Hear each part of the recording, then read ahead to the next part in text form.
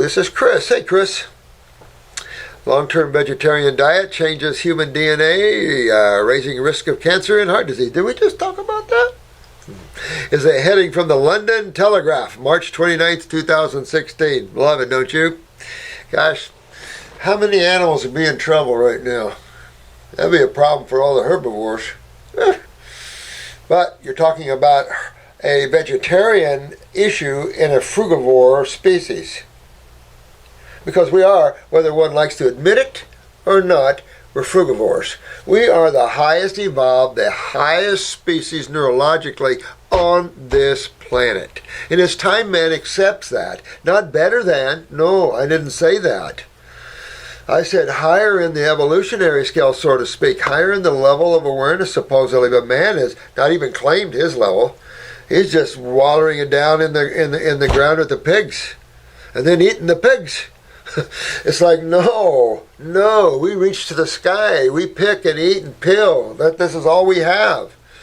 But it changes. You notice how each and every one of you that on the fruit diet is growing spiritually. Notice how it's changing you. It's putting more smiles on your face. It's making your body feel light, like it's not there dragging around like a ball and chain. All of those things. It's cool. The energy, the vitality, the flexibility. Oh my God. You just can't, there's nothing like it. So those people that get stuck in the mud and they don't want to change, if they only knew what a few months or a couple of years in their world would do to them, they'd be running to get to this door. But their karma, as the mom said, and their awareness is keeping a lot of people from that. Well, it's not meant to be, of course. Not meant for everybody. I just thought I should share with you the level of propaganda that the powers that be are relaying to the world. I know it, and I've got that right here. I showed you guys. I got that right here. But I appreciate all you guys sending them in, too, because I want to talk about them with you so you understand where the idiocy is and that sort of thinking. As if a meat eater has some greater health than a vegetarian. Oh, what a joke that one is. That's the real sick world right there. I was listening to radio as he read this headline, and I can't believe they think this is truthful. I can't either. All I can say is protect yourselves and show the world how healthy you can get on a frugivorish diet. I love this one. Because I'm always looking and asking. So Disney World and Busch Gardens down here have big ape exhibits. Big ape exhibits. So I get a hold of one of the trainers. He's a trainer of the gorillas. And they have chimpanzees too. They have a bunch. So I asked him, I said, listen, I got a question for you. I noticed that you guys are always throwing vegetables out there to them. I said, if you put a big bucket of fruit or a big bucket of vegetables, which one of these big apes going to go to? He said, oh, that's easy. He says the bucket of fruit always. He says, but we like to limit that because of all the sugar. I said, all the sugar?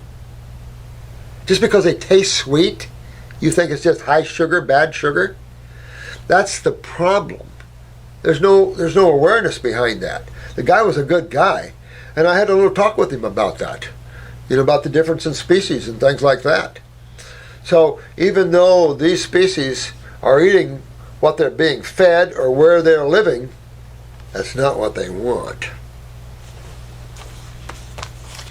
And I see that everywhere I go. I've asked this question in all the zoos. I've asked this all over the place, and I get the same answer every time. The same answer if I brought in a room of anywhere from, let's say, 10-year-olds down to, let's say, 2-year-olds.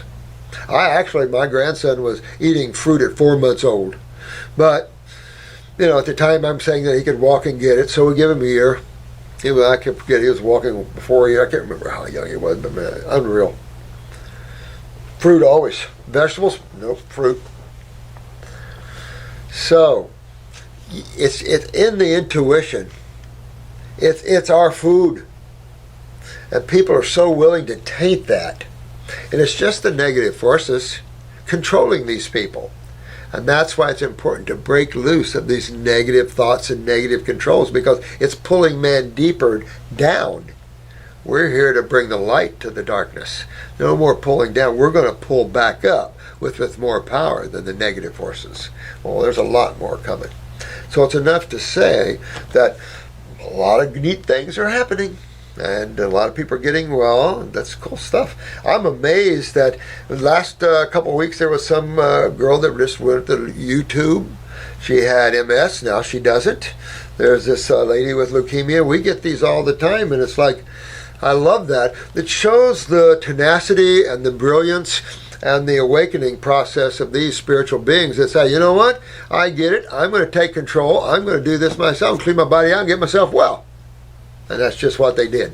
That's how it is. And it's so simple. And so once we teach the world, hopefully things will be so much different here.